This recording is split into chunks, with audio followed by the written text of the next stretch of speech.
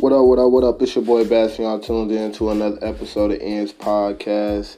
On this episode, we diving straight into it. We got Roddy, Ricch, and we're gonna go straight off the top from his antisocial album. I don't want to call it the antisocial album. It's Please Excuse Me for being antisocial, if you want to be, technical about it.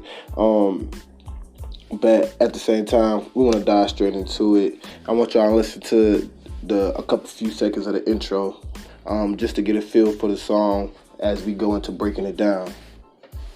From out the streets became a millionaire. I know niggas started in the trap and they still there. Remember I was robbing, how about jewelry and I still wear it. Came a long way with all my niggas and they still here. My big brother behind bars fight 200 years. I got the call out of my dog, I don't know how to feel. Gotta stay on service time, you know it's wartime. I ain't used to leave the house without my 4-5. I ain't got no time. So basically, just starting out the gate, just from off of what you just heard, I feel like he just started laying it on you. He started letting you know about his traumas and basically just what he been through, just coming out the gate that helped build him to where he's at today.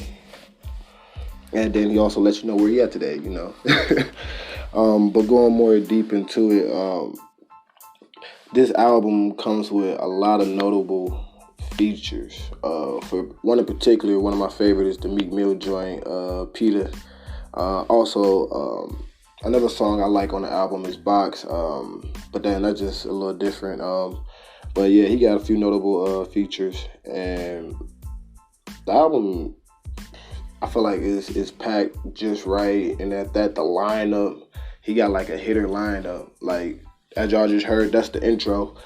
Just starting out the gate, he started hitting it raw with the emotions. He started tying you into the album, and you can start to see how the album is going to kind of translate to the name, where he says, "Please forgive me for being antisocial." So first off the bat, like he hitting you with the, with the heavy hitters of what's going on in his life. Like he said, he still wear the chain that he bought from, that he got back when he was robbing. Which let him know that like he present, but his past, he ain't never forget about his past in a sense, because his past is what helped made him who he is today. And you will hear that as he starts to go down the line, and he starts to reflect back on his brother's situation and just his mindset that he wake up with on a daily basis. But then when he kind of reflect back on those moments, it kind of give you his perspective of like, damn, like this is what he actually been through. And you got to get an understanding of who the artist is, not necessarily what the music is, if you kind of get what I mean. And I go more in a deeper thought with that. When I say like who the artist is more so like this is like the key components or the key compounds that make up who I am. Like, you feel me? Versus where you think about music, you be thinking about, all right, who was the producer, the artist, where he get his sound from and stuff like that.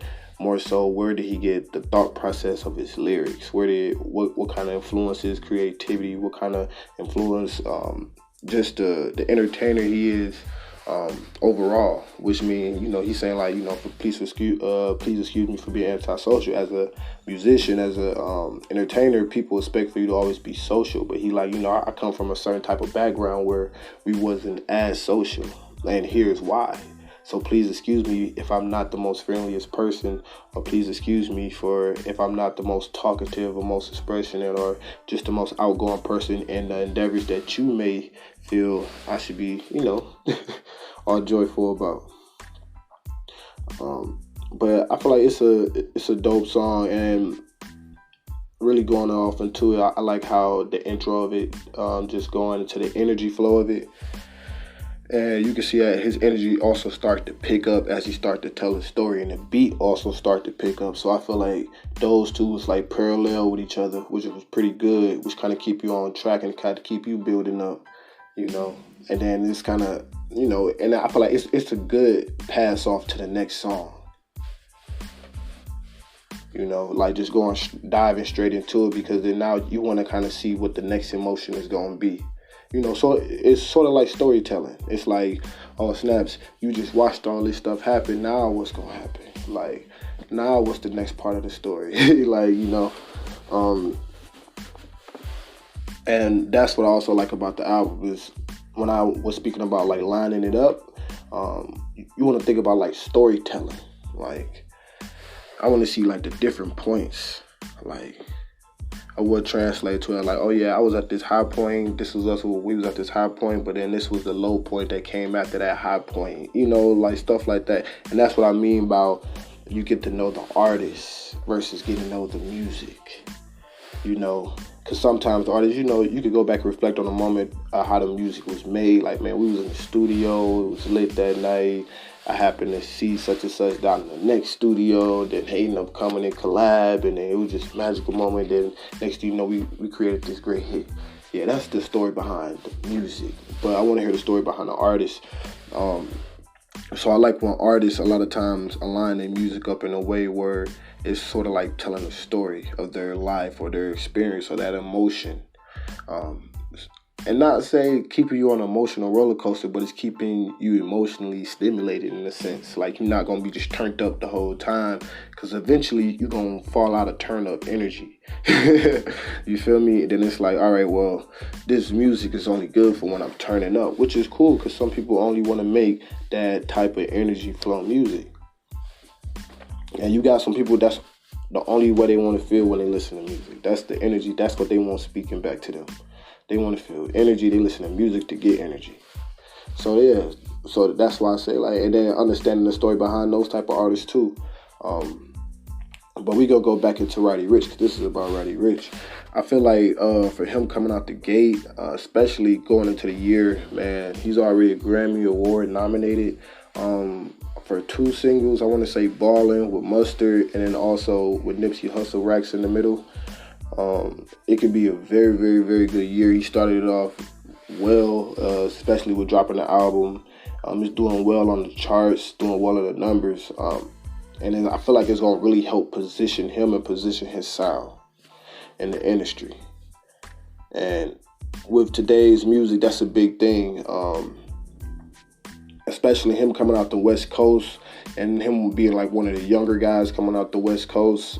He's able to like kind of build a platform for that younger voice, LA. Even though there's a lot of other young talent coming out of LA and the West Coast that's making noise, but right now he got a lot of clout and he got a lot of support and he got a lot of people following his movement right now.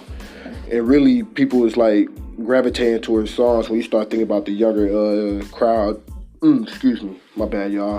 Had to burp. But when you start thinking about the younger crowd and younger generation, the type of sound that they gravitating to, because really they're gonna be the ones that's gonna be pushing the music next. But if you think about the songs and the sounds that they gravitating to, he got that new sound, but he also have that lyrical, that lyrical sense where he can get you turning up, but at the same time, you don't get lost up in this, in the melody or nothing like that. He's actually really saying something. He's actually really telling the story.